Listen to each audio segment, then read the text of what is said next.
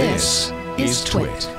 This week, pedestrian Elaine Herzberg was killed after stepping into the path of a self-driving Uber. This is the first pedestrian death from a self-driving car, but probably it will not be the last. First reports said the crash was unavoidable, but now that police have released the video of the interior and exterior of the car, many are calling those first reports into question. Joining us to discuss the crash and the state of self-driving car regulations is Sam Abuelsamid, host of the Wheel Bearings podcast, analyst at Navigant Research, and contributor to Fords. Welcome back to the show, Sam. Hey, Megan. Great to be back on again. So first off, I'm going to say we're not going to show the video of the crash. You can check Sam's article. He has the tweet from the police. You can Google it. You can see it. I believe it's disturbing, so you can make that choice on your own. But Sam, describe a little bit, for those who haven't seen it, who don't want to see it, describe a high level of what that dash cam video showed. Yeah, so the big thing about this video is that it actually tells quite a different story from what we first heard from the police on Monday. It shows the view looking forward out of the car as it's going down this road in Tempe. And the description we got on Monday was that the woman who was struck and killed suddenly, jumped out in front of the vehicle. It appeared, jumped out of the shadows. And that's actually not at all what's on this video. In fact, what we see is that the car was going down the left hand or the right hand lane on this street in Tempe of a 4-lane divided roadway. So there's 2 lanes in each direction with a median in the middle. And she was crossing over from left to right. So she had already been in the roadway for several seconds, crossing over. She'd crossed over about 1.5 lanes of the roadway. And there's no other traffic around. It was a clear night. Granted, there was no lighting on that street, so it was pretty dark, and she had fairly dark clothes on. But nonetheless, she was out in the open where the sensors of an autonomous vehicle should have very easily been able to pick her up and detect her from a distance of anywhere from 150 to 300 feet, depending on the type of sensors they're using. And at the speed that the car was going, there was also no one in the left-hand lane. So at the speed the car was, the Uber vehicle was going, about 38 miles an hour, it should have been able to come to a complete stop in about 60 to 70 feet once it detected her, which means that it's possible that if it had properly detected her presence in the roadway, that the vehicle could have applied the brakes and come to a complete stop, or moved over into the left-hand lane and missed her entirely. So this, contrary to what the police said, this appears to have been an entirely avoidable accident. And we actually had 2 very different failure modes in this situation. One was a failure of Uber's autonomous driving system that either failed to detect her or failed to respond properly. We don't know which yet until we see the logs from the car. And the other was a failure of the safety driver system. Most of the companies that are testing these vehicles have safety drivers in the vehicle, and when they're driving around, what they're supposed to do is have their hands on their lap right by the steering wheel, ready to grab the steering wheel at any time as they watch the road and look for any kind of anomalies. If the vehicle looks like it's about to do something it shouldn't, they're supposed to grab the wheel and take control. And the second half of the video posted by the police department shows the interior camera view of the safety driver. And most of the time, for that 15 seconds or so of the video, the driver was looking down. We don't know if they were looking at a phone or looking at a data screen in the car.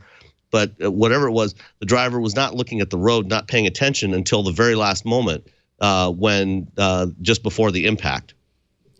So, yeah, it's we've heard this story about the safety car for a couple of years now, the safety driver, just the fact that, psychologically you're either driving or you're not driving. There's not an in-between necessarily. And so I think is that part of proving this point that once you're not actually driving a car, you're not going to be paying attention at all enough to stop something if the technology goes wrong? Yeah, that's absolutely a real problem. Testing by various automakers has shown that, for the so-called level 3 automated, semi-automated systems, what they call conditional automation, where the driver is allowed to stop paying attention to the road. If the system has to hand off control back to the driver, it can take up to 10 seconds for the driver to respond and be completely engaged again and take control of the vehicle. And that's a real problem. And this incident on Sunday night is a prime example of what can happen, if you've got a human that is nominally supposed to be paying some degree of attention to the road and be ready to take over, and they don't. The reality is, when the system works okay for a long enough period of time, you very quickly become complacent, and you're not going to be paying the level of attention that you need to be able to take over control quickly. So let's get to the technology of it. So this was, you write in your article, this was very basic, that the LIDAR should have been able to see the bicyclist in the dark or in the light, through the headlights or no, but it failed. Do we have any idea why that part failed? That we don't know yet. So these Uber vehicles, like most of the autonomous vehicles, prototype vehicles on the road, are equipped with three main types of sensors. Cameras that are used for looking at things like lane markings and doing image detection, being able to detect the difference between other vehicles, animals, pedestrians, just general objects on the road, traffic signals. And then radar sensors, which are really good at detecting the distance and speed to an object. And radar works great. Radar is great because it can see through fog and other conditions that cameras and LIDAR can't.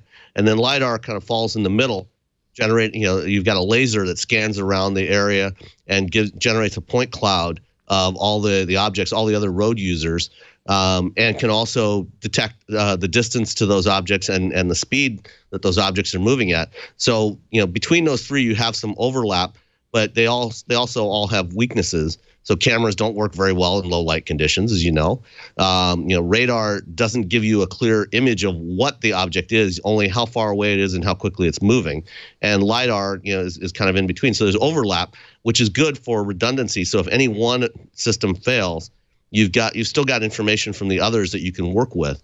And unfortunately, we don't know at this point, until we probably won't know until the National Transportation Safety Board is done with their investigation and they look at the data from the vehicle to figure out, was it a failure of the sensing system, the detection system, or the control system that's supposed to respond to what the sensors see? And that's that's something we're just gonna have to wait on.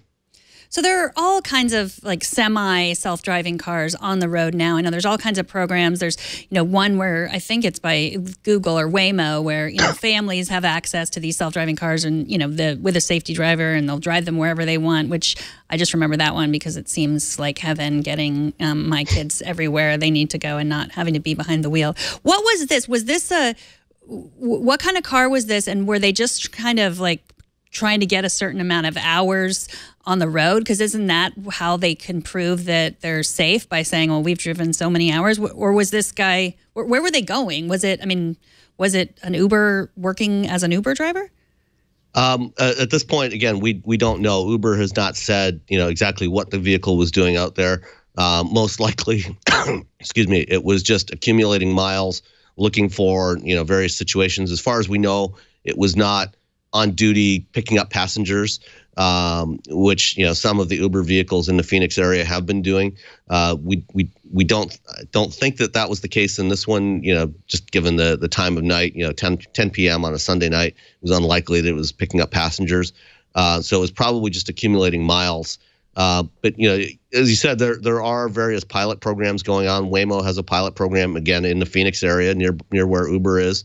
Their early rider program where they've signed up families to participate in a ride-hailing service with Waymo's automated Chrysler Pacificas. Nutonomy has a pilot program in Boston.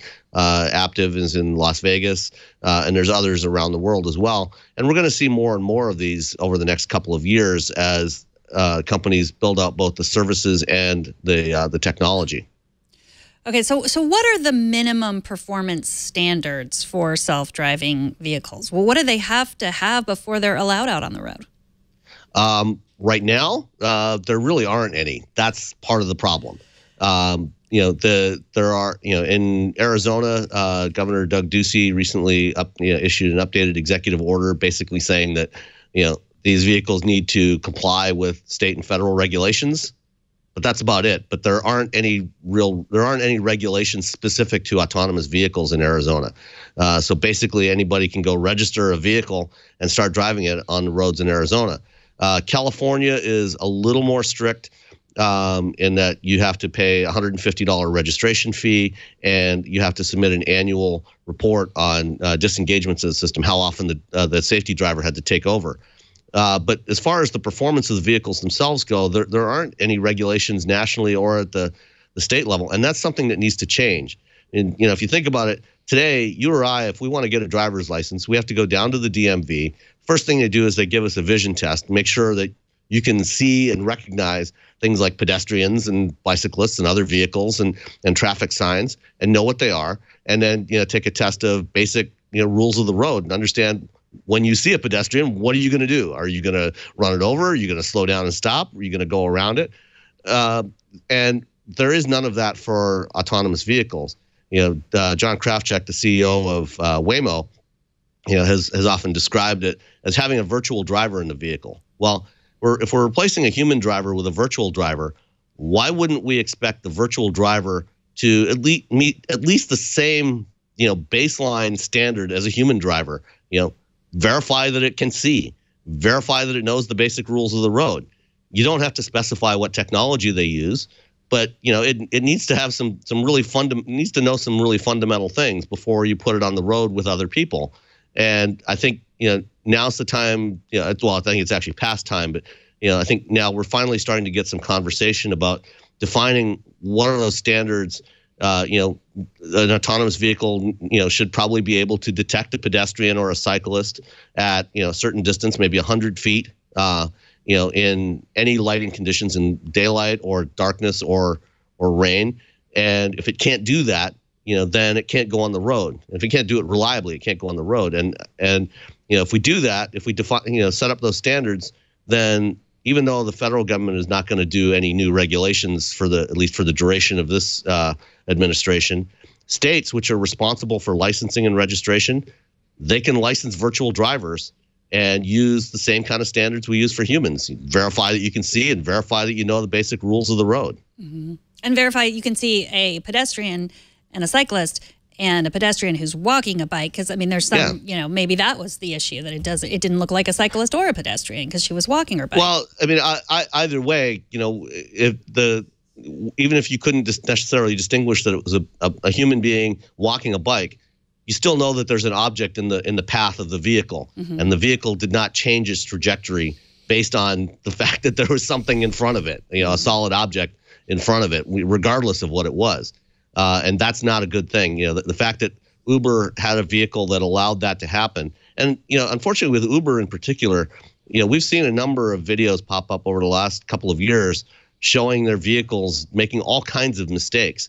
During their brief stay in San Francisco in December of 2016, they were only there for a day and a half before the state of California kicked them out, and they went to Arizona. And in that time, we saw at least a couple of videos pop up of Uber's vehicles running red lights and having near misses with other vehicles. And then, there was another accident in Tempe that didn't have any injuries, but it was an accident several months ago. And now this one, so I think Uber, is struggling with their automated driving program, and this is just another sign of that. Mm-hmm. Well, I want self-driving cars to come as quickly as possible, but I too would like to see some state regulation, and I think you're the man to push it forward, Sam. I will do my best.